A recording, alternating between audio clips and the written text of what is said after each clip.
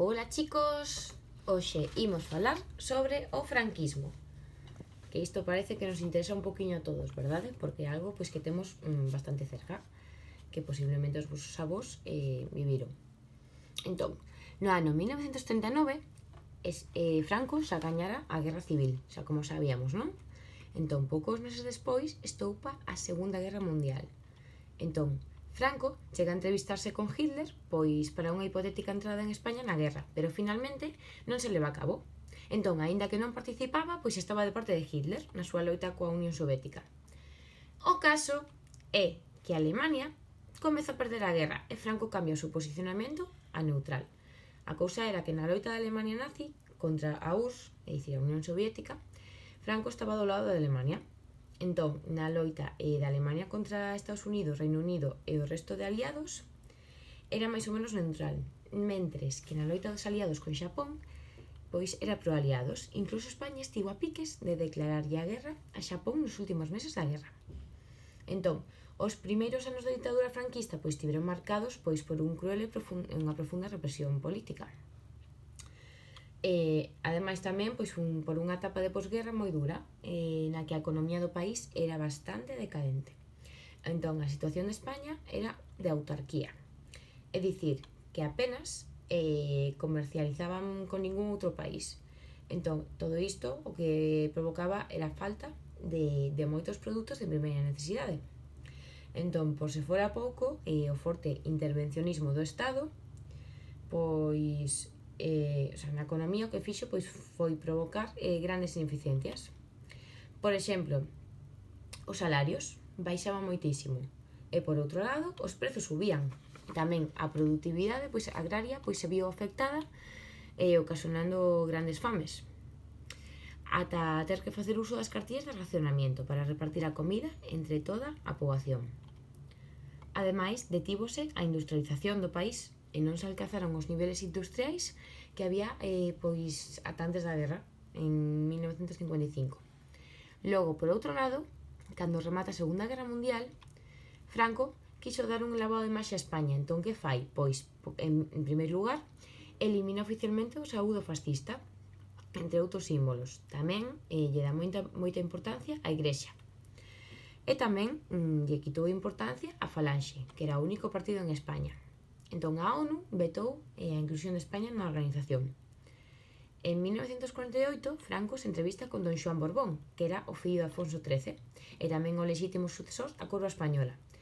Entón, ambos, que fan? Pois acordan co fillo de Don Xoán, que era Xoán Carlos de Borbón, que todos o coñecemos, pois se formaría baixo a tutela de Franco en España. Entón, nos anos 50 comenzaban con boas noticias para o réxime franquista, porque, por exemplo, comezaba o inicio da Guerra Fría, a iso se lle sumou tamén a Guerra de Corea, e logo tamén o lavado de cara do réxime, pois que estaba centrado no anticomunismo. E todo isto comezou a surtir efecto. Entón, o nacionalcatolicismo, que era unha ideoloxía basada no poder e influencia da Iglesia pois en todos os ámbitos da vida doméstica, era visto pois con mellores ollos dende o exterior. Entón, este proceso de apertura culminou no Pacto de Madrid, según o cal Estados Unidos poría 2 bases militares en España a cambio da axuda económica e militar, meténdose de cheo pois no sistema de defensa occidental contra a Unión Soviética.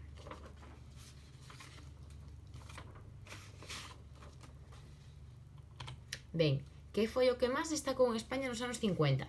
Pois, por un lado, a independencia otorgada ao protectorado de Marruecos, despois de que Francia fixera o seu propio protectorado. Pois despois disto estoupou a guerra contra Marruecos, despois de que reclamaron unha zona española pois fora do protectorado. Entón, a guerra silenciaba nos medios españois, pero ao final de todo hai que dicir que foi gañada por España. Sen embargo, ao final dos 50 destacaron pois por unha alta conflictividade social. Por exemplo, nos núcleos industriais de Cataluña e Asturias había moitas folgas ilegais pois de obreiros e mineiros. Entón, Franco chegou a declarar incluso o estado de excepción durante 4 meses.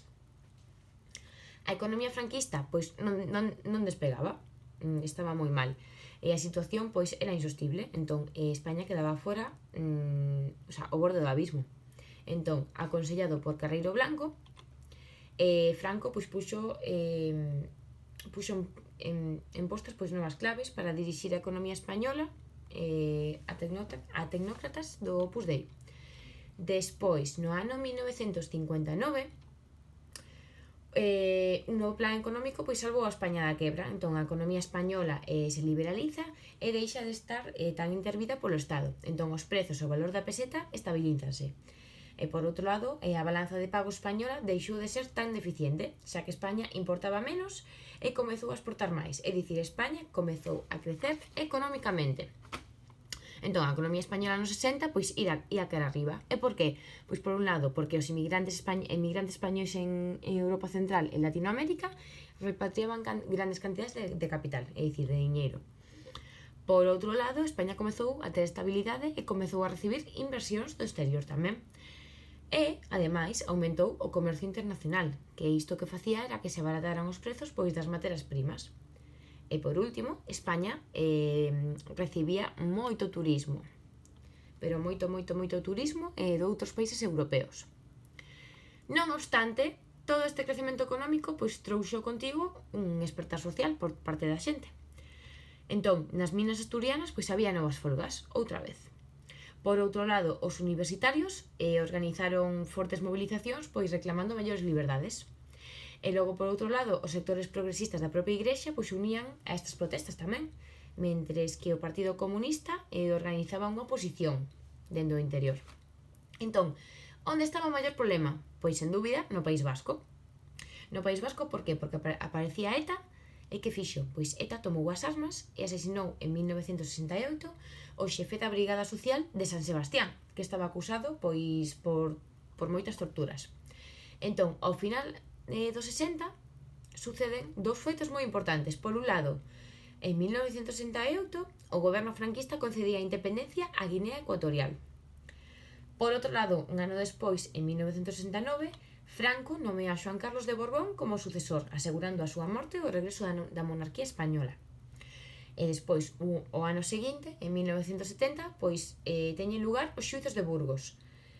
A 16 etarras, dos cales 6 recibiron a pena de morte. Entón, isto trouxo consigo moitas protestas, as que se lle sumaron unha presión internacional pois que en xeral obrigaron a Franco a conmutar as penas de morte, dicir, a cambialas.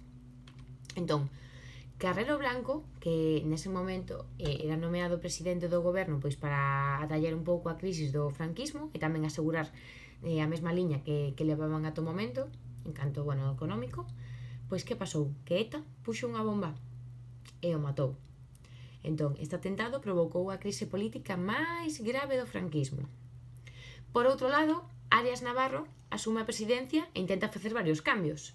Non obstante, Franco tiña os días contados, porque estaba moi maior e tiña moitos problemas de saúde, estaba moi enferma. Entón, a vella ditadura pois tamén tiña cada vez menos esperanzas. En 1974 cae a ditadura de Salazar, que era o ditador de Portugal. A isto se lle sumou o aumento da oposición franquista, ademais do inicio dunha crise económica pois que fixera que o réxime franquista se tambaleara. Entón, que pasou en 1975? Pois que foron, deuse lugar as últimas víctimas, os últimos fusilamientos por parte de Franco. Entón, aquí Franco xa estaba moi enfermo. Entón, Xoán Carlos que fixo? Pois asumía as labores de xefe de Estado e tamén pois asumiu neste momento coa Marcha Verde, que a Marcha Verde era un conflito pois polo que España perdeu o Sáhara Occidental ante Marrocos e Mauritania. Entón, o 20 de novembro de 1975, Franco morre na súa propia cama. E que pasa? Pois que obviamente a ditadura se termina. Entón, neste momento comeza a transición cara a unha España democrática. E que pasa? Que atrás quedaban decenas de miles de represaliados e tamén unha España que soamente o que quería era recuperar as liberdades máis básicas da guerra civil.